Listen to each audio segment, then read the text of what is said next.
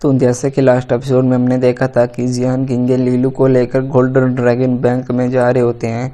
अब आगे जिया साम्राज्य के भीतर कई पावरफुल और प्रतिभाशाली गुट छिपे हुए हैं। इनमें से दो ऐसे विशालकाय ग्रुप थे जो पूरी तरह से अपने आप में एक दूसरे की लड़ाई में भाग नहीं लेते थे और निजी अपनाते थे। ये ऐसे दस्तकारे थे जिन्हें अधिकारिक और शाही दरबार भी कभी परेशान करने की हिम्मत नहीं करता। पहला फेमस एस्ट्रोसेज कॉलर और दूसरा golden dragon bank. AstroSage college में दाखिला लेना जिया साम्राज्य के कई यंगर की आकांक्षा थी। वहाँ से ग्रेजुएट होने वाले कुलीन वर्ग को अक्सर देश की कई ताकतवर हस्तियाँ अपने साथ ले जाती थी।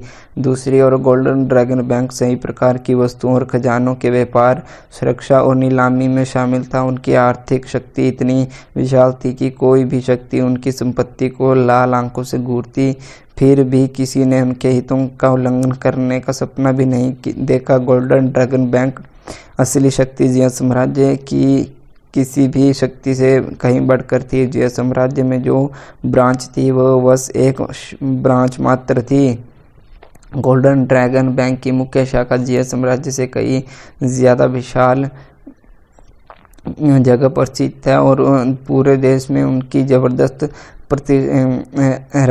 रेपुटेशन है। ऐसा इसलिए है क्योंकि बैंक द्वारा जारी किए गए गोल्डन ड्रैगन नोटों को किसी भी ब्रांच में उतनी ही मात्रा में स्काई गोल्ड के बदले दिया जा सकता है। साउथविंड शहर तियांजू प्रांत का एक काउंट्री शहर था। स्वाभाविक रूप से इसमें गोल्डन ड्रैगन बैंक की अपनी शाखा थी जो शहर के सबसे आलीशान इलाकों में स्थित थी, यानी शहर के केंद्र में। जैसे ही लीलू गाड़ी से उतरा उसकी नज़र सामने खड़ी शानदार और चमत्कार इमारत पर पड़ी। यह पहली बार नहीं था जब उसने इतनी भव्य इमारत देखी थी। फिर भी वो आश्चर्य से सांसें रोक नहीं पाया। एक साधारण काउंट्री शहर में स्थित एक ब्रांच हाउस भी अपने साधारण परिवेश से परे भव्यता प्रदर्शित करता था। गोल्डन ड्रैगन बैंक के वित्तीय संसाधन सचमुच अथाह थे, यहाँ तक कि इस विशालकाय संपत्ति की तुलना में हाउस लोलान की संपत्ति भी कम प्रतीत होती थी। जियान किंग का चेहरा शांत और निश्चित था।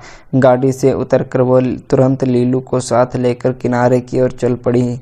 इस शानदार बैंक में प्रवेश करते ही जियान किंग ने अपने सामान से एक सुनहरा नोट निकाला और उसे एक परिचारिका को दे दिया। सर्वेंट ने नोट की सावधानीपूर्वक जांच की और फिर दोनों को रिस्पेक्ट देकर वीआईपी कमरे में ले गई। कुछ देर बाद एक मुस्कुराता हुआ मोटा अधेड़ उम्र का आदमी लड़खड़ाता हुआ अंदर आया। वो तरह तरह के चमकदार रत्नों से सुसज्जित था और उसकी हर उंगली पर अंगूठियां थीं। हाउस लोलान के यंग लॉर्ड और मिस जियान किंग के साथ में आकर मुझे बहुत गर्व महसूस हो रहा है। आपने सचमुच मेरे इस साधारण घर को बहुत सम्मान दिया है। यह ध्यान रखना जरूरी है कि गोल्डन ड्रैगन बैंक की ओर से काम करने वाला कोई भी व्यक्ति निश्चित रूप से सामाजिक रूप से कुशल होगा। चूंकि वह मोटा आदमी लीलू को एक नज़र में पहचान सकता था, इसलिए वह उसकी वर्तमान स्थिति को भी समझता था। फिर भी उसने लीलू को ज़रा भी कम नहीं आंका और उसे पूरा सम्मान दिया, यहाँ तक कि पहले उसे संबोधित भी किया। यह तियांजू प्रांत के गोल्डन ड्रैगन बैंक के अध्यक्ष लू हैं। जिया किंग ने लापरवाही से दूसरे पक्ष का इंट्रोडक्शन लीलू से कराया। राष्ट्रपति लू, सामान वापस लाने के लिए हमारा मार्गदर्शन कीजिए। संक्षिप्त परिचय पूरा होने के बाद जियान किंग अपने सामान्य, तीव्र और निर्णायक व्यवहार में आ गई। राष्ट्रपति लू ने सिर हिलाया और मुस्कुराहट आगे बढ़ने के लिए मुड़े। तीनों ने इमारत के नीचे गहराई तक पहुंचने से पहले कई पाबंदियों को पार किया। राष्ट्रपति लू के मार्गदर्शन में तीनों एक पूरी तरह से बंद कमरे के सामने पहुंचे जिसमें कोई प्रवेश द्वार नहीं था। चारों तरफ चिकनी चमकदार काले पत्थरों की दीवारें थी, जिससे ऐसा लग रहा था जैसे कमरा काले शीशों से घिरा हो। फिर अध्यक्ष लू ने दीवार पर हल्का सा थपथपाया। उनकी हरकत से दीवार टूट गई और समूह कमरे में दाखिल हो गया। कमरे के अंदर जमीन से धीरे धीरे एक अनजान धातु से बना बक्सा उभर आया। अध्यक्ष प्रेसिडेंट लू ने मुस्कुराते हुए समझाया, मेरे चीफ गेस्ट, यह वही वस्तु है जो हाउस लुओलान के मास्टर पीछे छोड़ गए थे। उनके शब्दों में यंग्स मास्टर को इसे स्वयं प्राप्त करना होगा और उनका ब्लड ही इसकी कुंजी होगा। अपना काम पूरा करने के बाद वो स्वाभाविक रूप से चुपचाप चले गए और बाकी दो को कमरे में ही छोड़ गए। लीलू उस तिजोरी को घूर रहा था मानो किसी मदहोशी में हो। आखिरकार उसके पेरेंट्स ने इतना रहस्य छोड़कर क्या कर रहे थे, उन्होंने पीछे क्या छोड़ा था। फिर भी उसका अंतर्ज्ञान उसे चीख कर कह रहा था कि उसके सामने रखी वस्तु बेहद इम्पोर्टेंट है। शायद यह उसकी बदकिस्मती बदल सके। उसने एक गहरी सांस ली और आगे बढ़कर अपनी हथेली तिजोरी पर रख दी। इस क्षण उसे अपनी उंगली से एक चुभन भरा दर्द महसूस हुआ, मानो खून की एक बूंद जबरदस्ती उससे छीनकर तिजोरी में समा गई हो। क्लिक करें। तिजोरी के अंदर से यांत्रिक क्लिक जैसी आवाज़ आ रही थी। जैसे जैसे तिजोरी टूटती गई, बीच से एक हल्की चमकदार धीरे धीरे उभरने लगी। इस बिंदु पर लीलू अंततः देख सकता था कि भीतर क्या था। यह एक बिल्कुल काले रंग का क्रिस्टल बॉल था। यह बेहद चिकना था, इतना चिकना कि लीलू अपने प्रतिबिंब को भी देख सकता था। इस वस्तु के इर्द गिर्द कुछ अनकहे रहस्य छिपे हुए थे। बस क्या? लीलू ने क्रिस्टल बॉल का निरीक्षण करते हुए पलकें झपकाते हुए कहा, चलो इसे अभी संभाल कर रखते हैं। मास्टर ने कहा है कि इसे पाने के लिए तुम्हें अपने 17वें जन्मदिन का इंतजार करना होगा। यानकिंगे ने एक सूटकेस आगे बढ़ाया। लीलू ने सिर हिलाया और सावधानी से काले क्रिस्टल बॉल को सूटकेस के अंदर रख दिया और अपनी जान की परवाह किए बिना उसे कसकर पकड़े रखा, जबकि उसकी आंखें नम हो गई। क्या हुआ? यानकिंगे ने हैरान भाव से पूछा। मुझे लग रहा था कि आखिरकार मेरी किस्मत खुल ही गई। मैं इतना भावुक हूँ कि रो पड़ूंगा। लीलू ने सूटकेस की तरफ बढ़ाते हुए कहा, जरा रुको, मैं इस शादी को रद्द करवाने में ज़रूर कामयाब हो जाऊंगा। यानकिंगे जवाब देने की जहमत नहीं उठा सकी। वह तुरंत मुड़ी और सिगरेट रूम से बाहर निकल गई।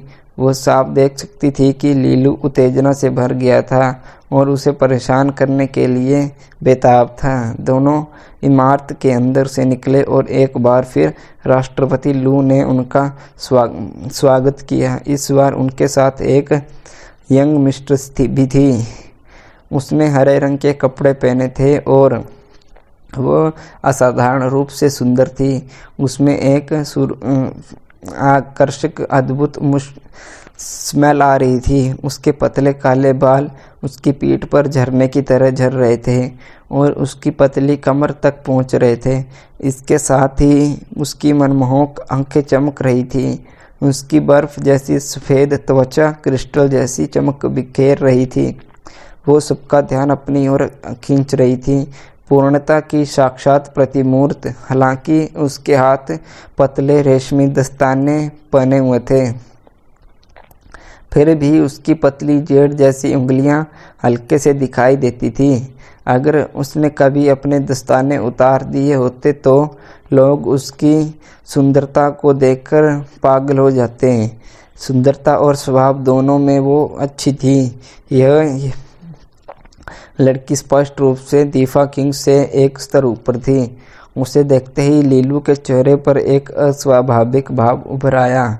फिर वह अपने आप को संभाल पाया। हा, यह मेरी छोटी भतीजी लू किंगेर है। इसे अभी अभी साउथ विंड एकेडमी में कल्टीवेटर के रूप में स्वीकार किया गया है और यह मिस जियांग को अपना आइडल मानती है। जब उसने सुना कि आप यहाँ हैं तो वह आपके साथ आने के लिए अड़ गई। मुझे उम्मीद है कि मिस जियांग को इसमें कोई आपत्ति नहीं होगी। राष्ट्रपति लू ने मुस्कुराते हुए सम्मानपूर्वक हाथ मिलाते हुए समझाया। नमस्कार सीनियर सिस्टर जियांग, लू किंगेर ने नरम भाव से प्रणाम करते हुए कहा। जियान किंगे ने इसे नए मेहमान को बिल्कुल सुडौल चेहरे मोड़कर मोहरे के साथ आंकना शुरू किया। चूँकि तुम साउथविंड एकेडमी के छात्र हो तो मुझे लगता है कि तुम लीलू से परिचित हो। लू किंगेर ने एक पल के लिए अपनी नज़रें लीलू की ओर घुमाई जो जियान किंगे के बगल में खड़ा था। वह मुस्कुराई और धीरे से सिर हिलाया। उसकी गहरी निगाहों ने सबको मोहित कर लिया था। लीलू मुझे कुछ सुझाव देते हैं और मैं हमेशा उनके आभारी रही हूँ, लेकिन लगता है पिछले 2 सालों से वह मुझसे मिलना ही नहीं चाहते। लीलू ने एक अजीब सी मुस्कान के साथ जल्दी से हंसते हुए जवाब दिया। नहीं, कृपया जल्दबाजी में कोई निष्कर्ष न निकालें। हम अलग अलग स्कूलों में हैं, इसलिए आपसे मिलना बहुत मुश्किल रहा है। अंदर ही अंदर लीलू खुद को असहाय महसूस कर रहा था। लू किंगेर साउथविंड एकेडमी में असाधारण रूप से प्रसिद्ध थी। वह डीफा किंग से बिल्कुल अलग स्तर की थी। वह न केवल सुंदर थी बल्कि साउथविंड एकेडमी की पोस्टर गर्ल भी थी, जो वर्तमान पीढ़ी की नंबर 1 प्रतिभा थी। जब लीलू अभी भी प्रथम विद्यालय में पढ़ रहे थे तब तक कई छात्रों ने अपने रेजोनेंस महल नहीं खोले थे। रेजोनेंस कलाओं का उपयोग करने की उनकी असाधारण क्षमता के कारण वे बाकी छात्रों से एक कदम आगे थे। इसलिए कई छात्र, जिनमें लू किंगेर भी शामिल थी, मार्गदर्शन के लिए उनके पास आते थे। इसलिए उन्हें घनिष्ठ मित्र माना जा सकता है। फिर भी लीलू को ब्लैंक पैलेस का दुर्भाग्य मिला और उसके बाद उसे प्रथम विद्यालय से द्वितीय विद्यालय में भेज दिया गया, जिसके कारण उनकी बातचीत कम हो गई। बेशक यहाँ सबसे अहम बात यह थी कि लीलू अपने समय लू किंगेर से छिपकर बिताता था। ऐसा इसलिए नहीं था कि वह उससे नफरत करता था, बल्कि इसलिए कि जब भी वे मिलते थे उसे शर्मिंदगी महसूस होती थी। वह पहले स्कूल में नंबर 1 बन चुका हुआ करता था, फिर भी लू किंगेर ने उसे पीछे छोड़ दिया था। किसने सोचा होगा कि वे एक दूसरे से फिर मिलेंगे। लू किंगेर ने लीलू की स्पष्ट रूप से लापरवाही बातों का खंडन तो नहीं किया, लेकिन कुछ और भी नहीं कहा। इसके बजाय उसने अपना ध्यान जियान किंगे की ओर लगाया और चेहरे पर एक सहज मुस्कान के साथ उससे बातचीत शुरू कर दी। जिसके बाद प्रेसिडेंट लू उन दोनों को बैंक से बाहर ले गए। मिस जियांग, मैंने सुना कि हाउस लोलान में एक कार्यक्रम होने वाला है। राष्ट्रपति लू ने अपने सामान्य मुस्कुराते हुए व्यवहार के साथ कहा। जियान किंगे की अभिव्यक्ति बदल रही और उसने सपाट रूप से उत्तर दिया, राष्ट्रपति लू वास्तव में समझदार हैं। आह, कितने अफसोस की बात है, राष्ट्रपति लू ने आगे कहा। अगर मैं आपकी कुछ मदद कर सकूं तो मुझे ढूंढिए। गोल्डन ड्रैगन बैंक का मानना है कि इक्वल रहने में धन पैदा होता है। लीलू के मन में कुछ शंकाएं थी, लेकिन उसने उन्हें जाहिर नहीं किया। बस वह जियान किंगे के पीछे गाड़ी में चढ़ गया और तेजी से वहां से चले गए। इसी बीच राष्ट्रपति लू ने तैलीय मोटे चेहरे की ठुड्डी को रगड़ा, क्योंकि उसने लू किंगेर को देखा केवल यह महसूस करने के लिए कि वह अभी भी अपनी चमकती आंखों से प्रस्थान करने वाली गाड़ी की दिशा में उत्सुकता से देख रही थी। खांसी। प्रेसिडेंट लू ने उसे बीच में ही टोका। छोटी बच्ची, तुम्हारे मन में लीलू के लिए भावनाएं तो नहीं है ना? लू किंगेर ने राष्ट्रपति लू को एक नज़र डाली और धीरे से जवाब दिया, मुझे लीलू पर बस दया आती है। अतीत में उन्होंने मुझे रेजोनेंस आर्ट को सिखाने में थोड़ी हेल्प की थी। मैं उनके प्रति बस प्रशंसा महसूस करती हूँ। उनके उन ब्लैंक पैलेस न होते तो वह साउथविंड एकेडमी में मेरे सबसे बड़े राइवल होते। राष्ट्रपति लू ने राहत की सांस छोड़ते हुए अपनी छाती थपथपाई। शुक्र है, यह तो बहुत बढ़िया है। किंगेर, ओह किंगेर, वो तो पहले से ही शादीशुदा है। जब गोलकीपर मौजूद हो तो गोल करने की कोशिश मत करना। तुम्हारे रुतबे और रंग रूप को देखते हुए ज़िया साम्राज्य का कौन सा नौजवान तुम्हारा मुकाबला कर सकता है। लुकिंगेर ने अपना सिर हिलाया और फिर मुड़कर चली गई। अपने सेकंड चाचा की बेकार की बातों को अनदेखा करते हुए, जबकि वो हंस रहे थे और अपनी ठुड्डी रगड़ना जारी रखे हुए थे। तो दोस्तों कैसे हैं, मिलते हैं नेक्स्ट वीडियो में। वीडियो को लाइक कर देना, चैनल को सब्सक्राइब